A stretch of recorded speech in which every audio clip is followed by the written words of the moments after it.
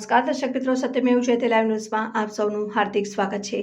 Baroda dairy મામલે ધારાસભ્ય કેતન ઇનામદારનું નિવેદન। ગતરોજ બરોડા ડેરીના એમડી અને ચેરમેનના નિવેદન સાંભળ્યા।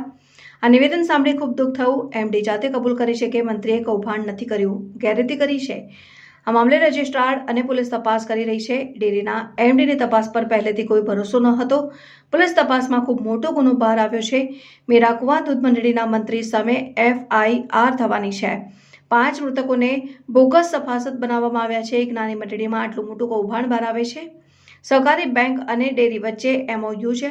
RBIના રૂલ્સ પ્રમાણે આવો કોઈ અધિકાર નથી। હાઈ રિસ્ક બેંક ખાતાનું KYC કરવાનું હોય છે।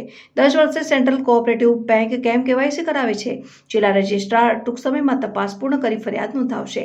સેન્ટ્રલ કોઓપરેટિવ બેંક મામલે હું RBIને પત્ર લખીશ। કેતન ઇનામદાર મેરાકુવા મંડળીના પ્રમુખ મંત્રી ઓડિટર સામે ફરિયાદ દાખલ થશે। કેતન ઇનામદાર જો હું એમ તમને કહું છું કે આની અંદર નામ આપ્યું છે એમને પ્રમુખ મંત્રી બેના નામ આપ્યા છે। એમાં પ્રમુખ છે વિક્રમસિંહ, મંત્રી છે વિક્રમસિંહ અને પ્રમુખનું નામ રાવજીભાઈ।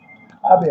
હવે તમે મને એવું કહો કે હું જે વાત કરી રહ્યો છું કે ભાઈ આ નાના પ્રમુખ મંત્રીનું ગજુ છે કે સેન્ટ્રલ કોઓપરેટિવ બેંકની અંદર આ જે ચાલી રહ્યો કૌભાંડ, સેન્ટ્રલ કોઓપરેટિવ બેંકની અંદર જે ટ્રાન્ઝેક્શન થાય છે 5-5 વર્ષ સુધી માણસ મરી ગયા પછી એ ટ્રાન્ઝેક્શન ચાલુ રહે છે।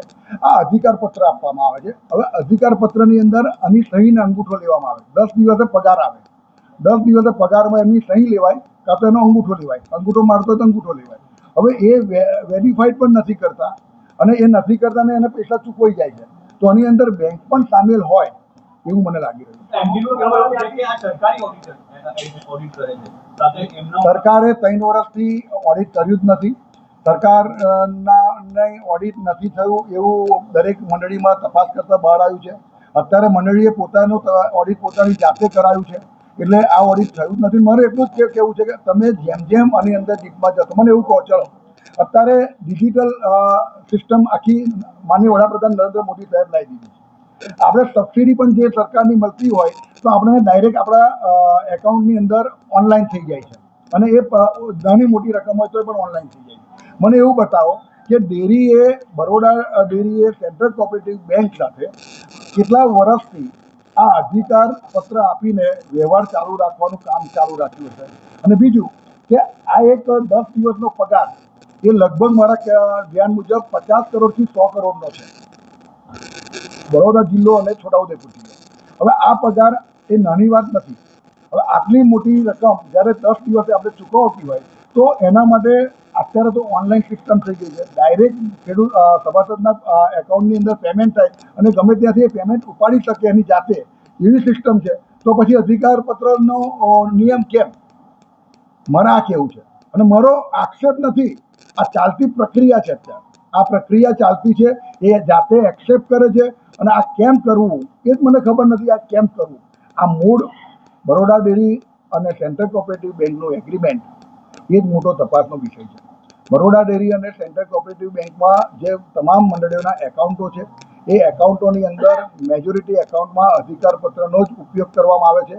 હવે એ સભાસદ સાચો છે કે સભાસદ ખોટો છે એની તપાસ પણ નથી થતી। એનું કારણ આ મેરાકુવામાં જે બહાર આવ્યું છે તરત જ ખ્યાલ આવે છે કે ભાઈ એમાં કોઈ જ માણસ આ વેરીફાઈડ કરતું જ નહીં હોય તો જ આટલું મોટું કૌભાંડ થઈ હશે।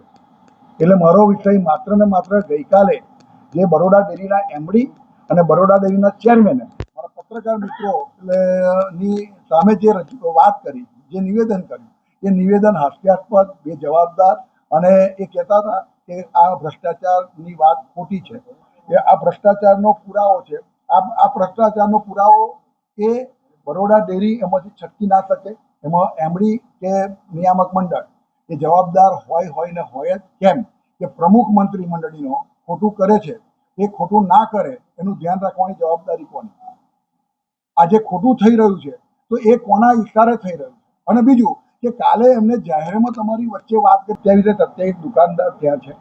27 દુકાનદાર વર્ષોથી એટલે જ્યારથી એમના બાપ દાદા હતા ત્યારથી એ લોકો ત્યાં આગળ પોતાની રોજગારી મેળવે છે અને આ દુકાન નગરપાલિકા નથી બનાવી। આ દુકાન માત્ર ને માત્ર 27 દુકાનદારો પોતે બનાવે છે।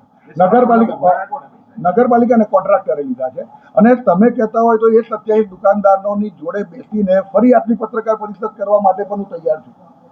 જે વાત આપ કરી રહ્યા છો એ 27 દુકાનદારોના પૈસા, હું કહું છું એનો જે ખર્ચ એ માત્ર દુકાનદારો પોતે સભાન અવસ્થામાં, બીજું 3 લાખ રૂપિયાની અંદર 3.5 લાખ રૂપિયાનું તમે આપ કહો છો કે ભાઈ 3.5 લાખ રૂપિયા પ્રમાણે આ લોકોએ પૈસાની ઉઘરાણી કરી, તો 3.5 લાખ પ્રમાણે આ દુકાનદાર પોતે એટલા બધા ખુશ છે. એનું લોકાર્પણ કરવા હું પોતે ગયો હતો અને એ પોતે સ્વામીજી શોપિંગ સેન્ટર અને સ્વામીજી ફ્રૂટ માર્કેટ અને સ્વામીજી આપણું શાક માર્કેટ, આ બધાની અંદર આપ જોજો, એ બધાને પૂછો, વ્યક્તિગત પૂછો કે આવું તો કદાચ ગુજરાતમાં નહીં સમગ્ર દેશમાં પહેલો બનાવ હશે કે આટલા ઓછા રૂપિયામાં એમને પોતાની મિલકત મળી. એ દબાણો તૂટ્યા અને એમની સામે એ લોકોએ દુકાન બીજી બનાવી, પણ એ જગ્યા નગરપાલિકાની છે કે સરકારી જગ્યા છે, શું છે જગ્યા? એ લોકો વર્ષોથી રહે છે ત્યાં, વર્ષોથી રોજગારી મેળવે છે. મારી વાત સાંભળો, વર્ષોથી પોતે રોજગારી મેળવે છે અને આના ત્યાં કેબિનો હતા ને એને પાકા દુકાનો બનાવી છે. આમાં બીજું કઈ છે જ નહીં. નગરપાલિકા રૂપિયા ઉઘરાવવાનો આક્ષેપ થયેલો છે. હા. નગરપાલિકા ઉઘરાવે છે કે કોન્ટ્રાક્ટર? પણ હું એમ કહું છું 27 દુકાનદારો છે જ, આક્ષેપ કરનાર પણ હોય અને દુકાનદાર પણ છે. દુકાનદાર પોતે તે જવાબ આપશે અને હું તમારી સાથે, ખોટું થયું હશે તો નગરપાલિકા પણ ભોગવશે.